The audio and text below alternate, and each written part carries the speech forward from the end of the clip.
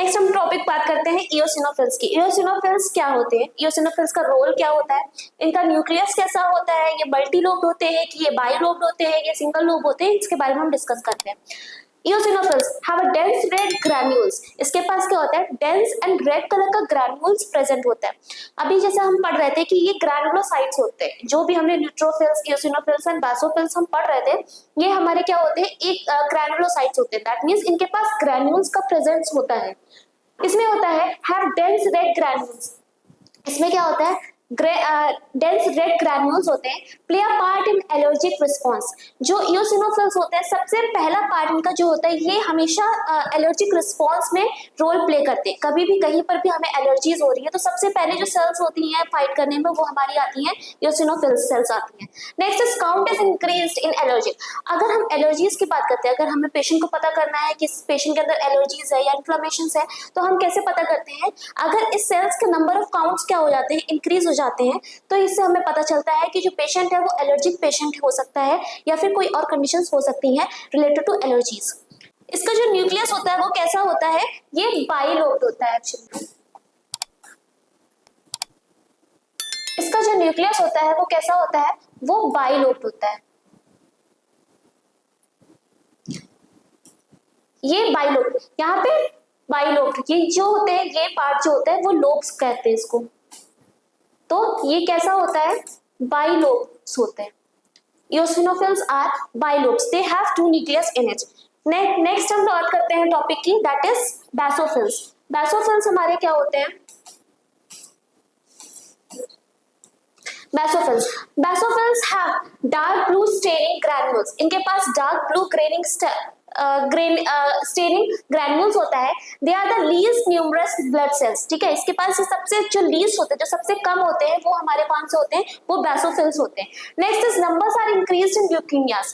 अगर leukaemia is a condition of a blood, ठीक है, जिसमें कि क्या होता है, ल्यूकीमिया के पेशेंट, आपने देखा होगा कि पेशेंट को ल्यूकीमिया हो गया, दैट इज ब्लड कैंसर हो गया। तो उस ब्लड कैंसर में जो होता है, ये इसके बैसोफिल्स नंबर ऑफ सेल्स जो होती हैं वो क्या हो जाती हैं, वो इंक्रीज हो जाती हैं। ठीक है, इसीलिए ये बैसोफिल्स सेल्स हम इसे बोलते हैं। ये एक्चुअली में सिक्रीशंस प्रोवाइड करती है। कौन कौन से सिक्रीशंस, ये सिक्रीशंस को सिक्रीट करती हैं, दैट आर ये heparin, next is histamine, heparin, histamine and serotonin। ये क्या करती हैं, इतनी सिक्रेशंस को सिक्रीट करती हैं। हिपैरिन जो होता है, आपको पता होगा ये क्या है, एंटीकोगुलेंट है। देन नेक्स्ट इज हिस्टामिन, क्या है, ये एंटी इंफ्लेमेटरी है। इन्फ्लेमेशन हो जाता है उस टाइम पे ये वर्क करता है इन्फ्लेमेशन में। Then next is serotonin. Serotonin क्या होता है, ये एंटी इन्फ्लेमेशन, ये भी एंटी इन्फ्लेमेशन में हेल्प करता है। तो ये बैसोफिल्स है, जो कि हमारे डार्क ब्लू स्टेनिंग ग्रैन्यूल्स होते हैं। ठीक है, ये क्या सिक्रीट करते हैं, heparin, histamine and serotonin cells को, हार्मोन्स को सिक्रीट करते हैं। ठीक, नेक्स्ट हम बात करते हैं अब एक ग्रैनुलोसाइट्स की। हमने ग्रैनुलोसाइट्स में तीन चीजें पढ़ी थी। कौन कौन से सेल्स पढ़े थे, हमने पढ़ा था न्यूट्रोफिल्स होते हैं, जो कि कैसे होते हैं, हमारे मल्टी लोब्स होते हैं, इसमें लोब्स ज्यादा होते हैं। नेक्स्ट इज हमारे क्या था, हमारे इओसिनोफिल्स से, जो कि हमारे एलर्जिक रिएक्शंस में हेल्प कर रहे थे, इसमें दो लोब्स पाए जाते हैं। थर्ड इज बैसोफिल्स, जो इसका शेप होता है, एक्चुअली जो बैसोफिल्स का हमारा शेप था वो कैसा होता है, एस शेप का होता है। बैसोफिल्स का जो शेप होता है सेल न्यूक्लियस का, वो कैसा होता है, वो समथिंग लाइक एस शेप होता है।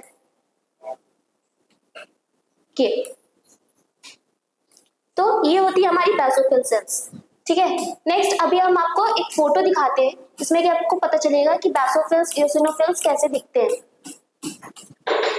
Okay, this is monocytes, this is lymphocyte. Further I will discuss about this. Next is neutrophils, जो हमने बताया था कि neutrophils, eosinophils and basophils. Neutrophils में आप देख रहे होंगे कि ये 3 लोब्स पाए जा रहे हैं, 3 लोब्स से ज्यादा भी हो सकते हैं, that is called as neutrophils. Then next is हमारा क्या था, eosinophils. eosinophils में 2 लोब्स पाए जा रहे थे, ये 2 लोब्स हैं जो कि हमारे एलर्जिक रिएक्शंस में हेल्प कर रहे थे। Next is बैसोफिल्स। बैसोफिल्स में जो सेल्स होती है, जो न्यूक्लियस होता है, इसका एस शेप का होता है, ये देख रहे हैं अंदर की तरफ, दैट इज एस शेप। तो ये था हमारा बेसोफिल्स। नेक्स्ट हम बात करते हैं अब एग्रानुलोसाइट्स सेल्स की। ग्रैनुलोसाइट्स हमने पढ़ लिया। Next is एग्रानुलोसाइट्स।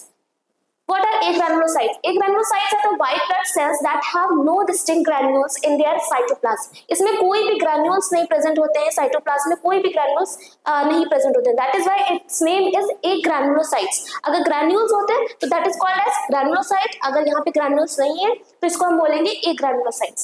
Next is lymphocytes have the large single nuclei that occupy most of the cell. जो lymphocytes होते हैं इसमें large number of nuclei present होते हैं that occupy most of the cells. Next, they are an important part of the body immune system. ये सबसे ज्यादा important part होते हैं किसके? immune system के. Okay. Next is types of lymphocytes. हमारे पास दो टाइप के lymphocytes होते हैं. कौन कौन से? T cells होती है और हमारे पास B cells होती है. T cells and B cells. अभी हम बात करते हैं what are monocytes. अगर हम डिफरेंशिएट की बात करते हैं कि ग्रैनुलोसाइट्स में क्या आते हैं और एग्रानुलोसाइट्स में, तो ग्रैनुलोसाइट्स में हमारी आ रही थी न्यूट्रोफिल्स, इओसिनोफिल्स एंड बेसोफिल्स। और हम एग्रानुलोसाइट में बात करते हैं तो एग्रानुलोसाइट में 2 सेल्स आती हैं, that is monocytes and lymphocytes. Lymphocytes again divided into 2 categories, that is B cells and T cells. B cells and T cells. Monocytes की हम बात करते हैं. What is monocyte? मोनोसाइट क्या होती है? मोनोसाइट एक तरह की सेल्स होती है जिसमें कि क्या होता है, जो न्यूक्लियस होता है, जो आपका न्यूक्लियस होता है ये किडनी शेप का होता है. This is a cell and then in the center it is a nucleus that is kidney shape. ये kidney shape का होता है. प्लस जो इसका जो साइटोप्लाज्म का एरिया होता है वो वास्ट होता है, वो बड़ा होता है, that is monocytes. अगर हम बात करते हैं लिम्फोसाइट्स की, तो लिम्फोसाइट में सेम चीज हमारे पास क्या होती है, सेम जो सेल्स होती हैं वो कैसी होती हैं, इसमें जो न्यूक्लियस प्रेजेंट होता है वो बड़ा होता है, प्लस साथ ही में जो साइटोप्लाज्म का एरिया होता है वो मोर मतलब कॉन्ट्रैक्टेड होता है, वो कम रहता है. जैसे कि अभी हमने बात किया था जो मोनोसाइट में था साइटोप्लाज्म का एरिया हमें क्या मिल रहा था, बड़ा मिल रहा था, और लिम्फोसाइट में हमें साइटोप्लाज्म का एरिया क्या था, छोटा मिल रहा है. ठीक है. ओके, जिसमें न्यूक्लियाई होता है वो क्या होता है, वो लार्ज होता है, और मोनोसाइट में जो न्यूक्लियाई होता है वो स्मॉल होता है. ठीक. Next is T cells and B cells. T cells and B cells की हम बात करते हैं तो T cells and B cells क्या होते हैं, हमें पता था कि जो हमारी प्रोडक्शन ऑफ आरबीसी हो रहा है वो हमारा बोन मैरो से हो रहा है. ठीक है. तो जो टी सेल्स होती हैं वो उसका प्रोडक्शन हमारा कहाँ से हो रहा है, टी सेल्स का प्रोडक्शन हमारा कहाँ से होता है, बोन मैरो से. एंड जो इसका मैच्योरेशन हो रहा है, मैच्योरेशन ऑफ द सेल्स हमारी मैच्योर हो रही थी. हमने इसके पहले भी बताया था कि जो प्रीकर्सर सेल होती है वो मैच्योर होती है, रेटिकुलोसाइट्स बनाती हैं, देन हमारी आरबीसी मैच्योर आरबीसीज बनती हैं. ठीक. तो सेम चीज जो टी सेल्स होती हैं उसका प्रोडक्शन तो हमारा बोन मैरो से हो रहा है, बट जो इसका मैच्योर जो आरबीसीज हो रही है, मैच्योर हो रही है, वो हमारी कहाँ होती है, थाइमस ग्लैंड में. कहाँ होती है, थाइमस ग्लैंड में. ठीक. Next is B cells. B cells का maturation plus production plus maturation, ये दोनों चीज हमारा कहाँ पे हो रहा है, दोनों ही हमारा बोन मैरो में होता है. कहाँ होता है, दोनों ही हमारा बोन मैरो में होता है. ठीक है. तो ये डिफरेंस क्लियर हो गया कि lymphocytes is divided into 2 parts, that is T lymphocytes and B lymphocytes. T lymphocytes इसका जो प्रोडक्शन हो रहा था वो हमारा बोन मैरो में हो रहा था, प्लस इसका जो मैच्योरेशन हो रहा था वो हमारा थाइमस ग्लैंड में हो रहा था. Next is B cells. इसका प्रोडक्शन हमारा कहाँ होता है, बोन मैरो में, और प्लस इसी के साथ साथ इसका मैच्योरेशन हमारा कहाँ होता है, हमारा अगेन बोन मैरो में ही होता है. ठीक. नेक्स्ट हम बात करते हैं अब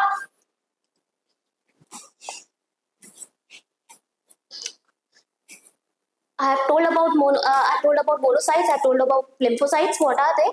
Then next comes to the platelets. What are platelets? Platelets are the thrombocytes, are the cell fragments without the nuclei that work with blood clotting chemicals at the site of wound. ठीक है. platelets क्या है, platelets आपकी starting में मैंने बताया था कि जो प्लेटलेट्स एंड आरबीसीज डब्ल्यूबीसीज होती है, इसका पूरा कॉम्बिनेशन करके 45% हमारा ब्लड बनता है। ठीक है, सबसे ऊपर जब हम प्लेटलेट्स को रिमूव कर देते हैं तो सीरम बचता है। ये सारी चीजें हम आपको पहले पढ़ा चुके हैं। ठीक, तो प्लेटलेट्स जो होती हैं वो क्या होती हैं? प्लेटलेट्स का फॉर्मेशन दैट इज, या फिर हम कहते हैं कि जो प्लेटलेट्स होती हैं या प्लेटलेट्स कम हो जाती हैं, डेंगू के में हम देखते हैं कि प्लेटलेट्स हमारी डाउन हो गई है, फॉल हो चुकी है। प्लेटलेट्स का कम होना, नंबर ऑफ प्लेटलेट्स अगर हमारी बॉडी में क्या हो जाती है, कम हो जाती है। कितनी कम हो जाती है? अगर नंबर ऑफ प्लेटलेट्स क्या हो जाती है, अगर कम होती है तो इसको हम क्या कहते हैं? थ्रोम्बोसाइटोपिनिया। क्या बोलते हैं? थ्रोम्बोसाइटोपिनिया। अगर नंबर ऑफ प्लेटलेट्स हमारी क्या हो रही है, बॉडी में इंक्रीज हो रही है, तो इसको हम क्या बोलते हैं? थ्रोम्बोसाइटोसिस। क्या बोलेंगे? थ्रोम्बोसाइटोसिस। ठीक, अब क्वेश्चन आता है कि कितनी। ठीक है, डेंगू में हम देखते हैं कि प्लेटलेट्स हमारी डाउन हो गई है, ठीक है, और हम बहुत ज्यादा वीक हो गए, तो ये कितनी कम होती है? मतलब नॉर्मल इसकी जो रेंज होती है वो कितनी होनी चाहिए हमारी? 1.5 टू अप्रोक्स 3 lakhs। कितनी होनी चाहिए? 1.5 टू अप्रोक्स 3 lakhs हमारी प्लेटलेट्स काउंट होनी चाहिए। अगर प्लेटलेट्स हमारी क्या हो रही है, कम हो रही है, तो हम इसको क्या बोलते हैं? थ्रोम्बोसाइटोपिनिया हो गया है। अगर प्लेटलेट्स हमारी इंक्रीज हो रही है, ज्यादा इंक्रीज हो रही है, तो उस कंडीशन को हम बोलेंगे thrombocytosis. Clear? So this was the topic of platelets. ठीक, इसके अलावा एक चीज और थी कि जब नंबर ऑफ हमारे डब्ल्यूबीसीज, क्या जब नंबर ऑफ हमारे डब्ल्यूबीसीज की हमने बात की थी, जब हम डब्ल्यूबीसीज पढ़ रहे थे, या नंबर ऑफ WBC इंक्रीज, तो उस कंडीशन को हम क्या बोलते हैं? नंबर ऑफ WBCs डिक्रीज, या number of so many increase in WBCs is called as.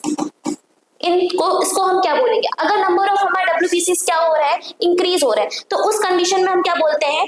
Leukocytosis हुई है। क्या बोलेंगे? ल्यूकोसाइटोसिस। उस कंडीशन को बोलते हैं ल्यूकोसाइटोसिस। ठीक, अगर नंबर ऑफ WBCs क्या हो रही है हमारी, हम बात करते हैं WBCs की, कि WBCs का अगर नंबर क्या हो रहा है, कम हो रहा है, ठीक है, तो उसको हम बोलते हैं ल्यूकोपीनिया। क्या बोलेंगे? ल्यूकोपीनिया।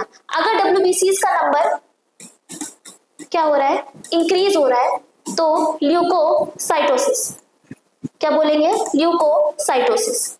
ठीक, अगर very much of increase in WBCs, अगर बहुत ज्यादा इंक्रीज हो रहा है WBCs का नंबर, तो उस कंडीशन को हम ल्यूकीमिया बोलते हैं। क्या बोलते हैं? ल्यूकीमिया। दूसरे नाम से हम इसको क्या बोल सकते हैं? This is called as blood cancer. Okay, blood cancer क्या होता है? जब आपका नंबर, WBCs का नंबर बहुत ज्यादा इंक्रीज हो जाते हैं, ठीक है, तो उस कंडीशन को हम बोलते हैं ल्यूकीमिया, मतलब कि blood cancer. Okay, so this was a topic about it. I hope you understood, and next topic we'll discuss later. Thank you so much.